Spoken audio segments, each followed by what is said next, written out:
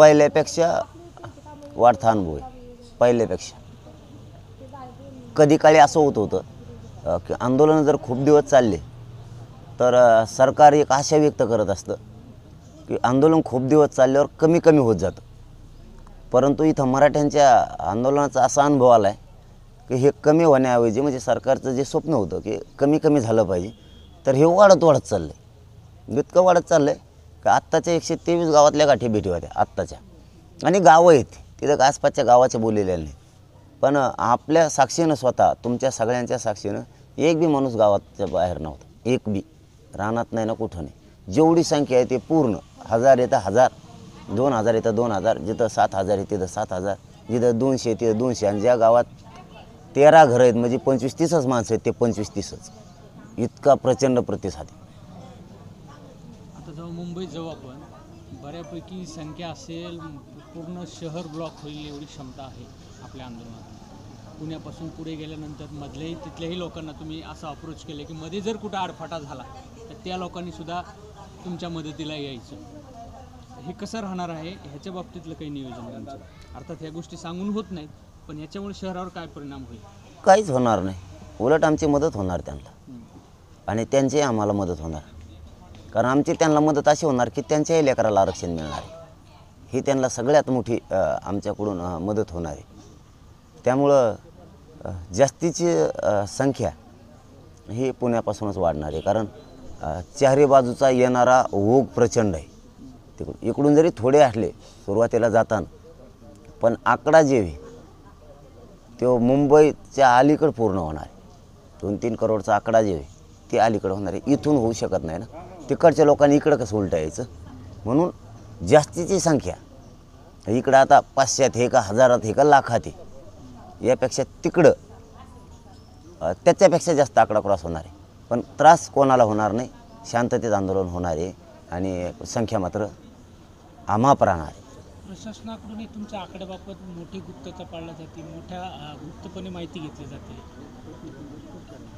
आहे मला नाही ऐकत नाही माझ्या माहिती, पण घेणारच नाही ते. आता बघा ते घेणारच, पण त्यांचा जर आकडा कमी असला तर त्यांचा आकडा चुकणार.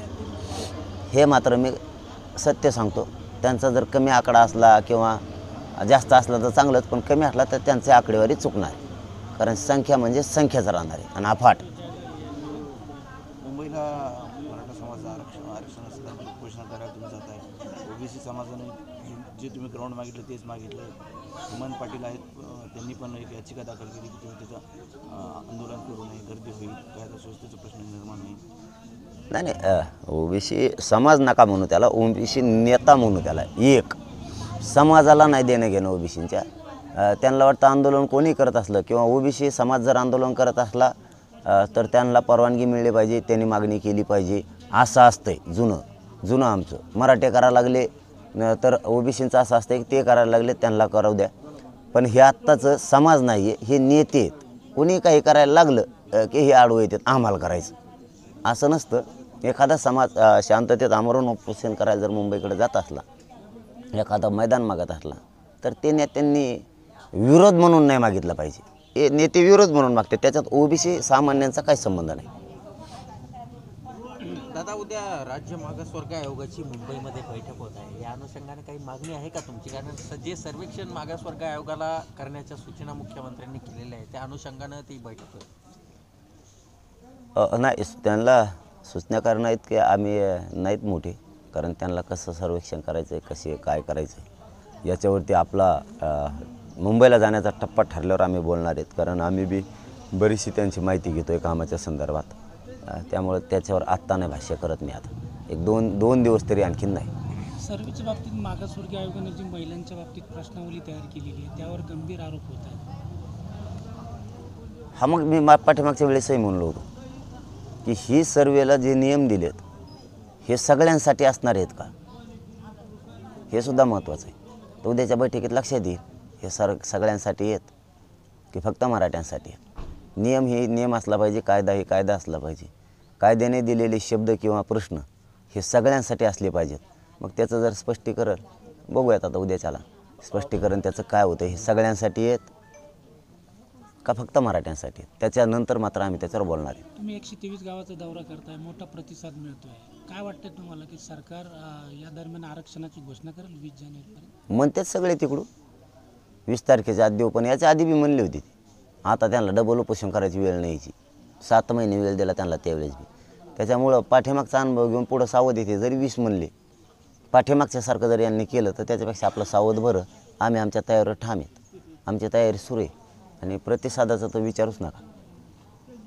पाठचे अनुभव जे मागचे होते ते पाठचे अनुभव पुन्हा खेड्यात बी आले. वाटत होतं एखादा कार्यक्रम सभा जर घेतली तर अनेक गावांकडून जमा केलेले लोक असतील किंवा आलेले असतात, पण इथं गावातच असतात.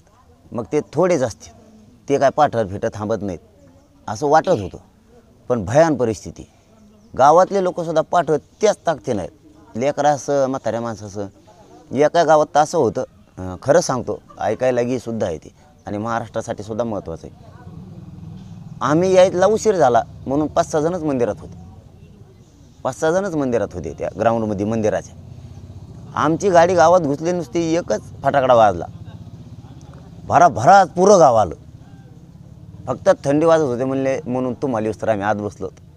तुम्ही आले बाहेर, पुरे दाराच्या आत जागे होते. फडणवीस साहेबांनी मागणी केली आणि ब्राह्मण समाजाची मागणी केली त्यांना. वय मग दे त्यांना ते पाठकून. त्यांना तुमचा दरबारीन तोच प्रश्न आहे, लय पाठकून द्या बाबा यांना, देऊन टाका. आम्हाला वाटतं देवानं कमून द्यानं कोण ते बी बांधवाला लागतो. मग मी बी एक पत्र देतो आणि खरंच मागा लागतो. आमचं आरक्षण द्यानात आणि ते बी द्यानात, ते 100% सांगतो. काळजीच करू नका. मागचे 2 सांगितलेत, यावेळेस तुमच्या देखता पत्र देतो, नाही दिलं तर मग बोला.